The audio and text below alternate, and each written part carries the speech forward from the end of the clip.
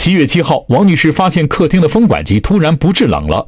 由于家里有一个1岁多的孩子，天气这么热，王女士也是十分的着急。7月7号的时候，发现家里面空调那个不制冷了，在微信上搜了一个官方客服的电话，然后当时打给这个官方客服，他说，因为正好是晚上7点多了，他们下班了，然后他那个后面都有一个链接，都说有一个24小时可以打的官方电话，我就打了那个电话。王女士说，她拨打了这个400号码之后，对方自称是日立空调的官方售后，马上给她安排师傅上门维修。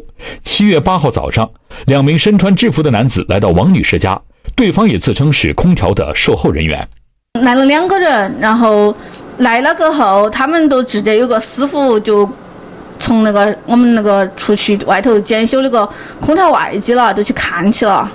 然后看了过后，然后他都跟我说，是我的压缩机的那个驱动泵坏了，然后换一个原装的驱动泵要1860。我当时都说那个好贵哟，还有师傅都跟我说他说你那个东西那个驱动泵没得，你那个空调也不制冷了，也没用得了。后头他又跟我说我们的空调用久了，氟不够了，然后要加氟，后头加氟找了340，一共花了2200块钱。由于着急使用空调，王女士也没多想，就同意了对方的报价。不过，王女士当时多了一个心眼，用手机拍下了这位维修师傅更换的配件。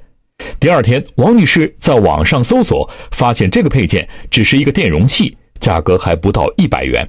他喊我给他递东西，他是递了一个电容，我后头在网上搜了一下，他应该那个东西是一个电容，京东上价格只有几块钱到10多块钱不等。官方的客服，然后他们给我查了一下，官方的那个就是维修价格，他们上面写的是48元。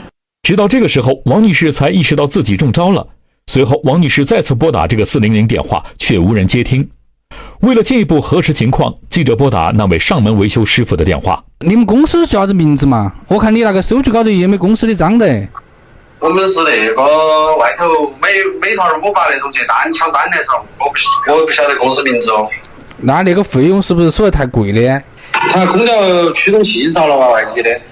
驱动器着呀？那后头啷个只换了个电容啊？就是压缩机驱动电容驱动器噻。那个电容我们问了，官方售后只要48块钱呢。那个东西那个高空出去修48块钱那个换嘛。高空作业费它是50块钱成呢，你算嘛？这行业行情价呀。对于这位空调维修工的解释，王女士有些难以接受，因为对方在维修过程中压根没有提过高空作业费，也没有说明他只是私人维修工，与厂家官方售后一点关系都没有，这属于误导消费者。而且就算50元一层楼，24楼也才1200元，加上电容48元，加氟340元，1500元就到头了。可是对方却收了2200元。他当时跟我说的就完全说的是买那个材料，费用是1860元，完全都没提高工作业费的任何事情，全这种行为都是烤棒棒噻，都是误导我消费。采访中，记者也发现，其实在微信搜索的结果中，被王女士误认为官方售后的链接上面有广告2个字。如果王女士当时仔细一点，也不会误入高价维修的套路之中。王女士说，她通过媒体曝光此事，并不是为了把钱追回来，而是想通过自己的遭遇提醒更多的市民朋友，一定要找那个正规的官方的售后，费用的价格一定要问清楚，有疑问可以再多问几家，不要着急，不要慌。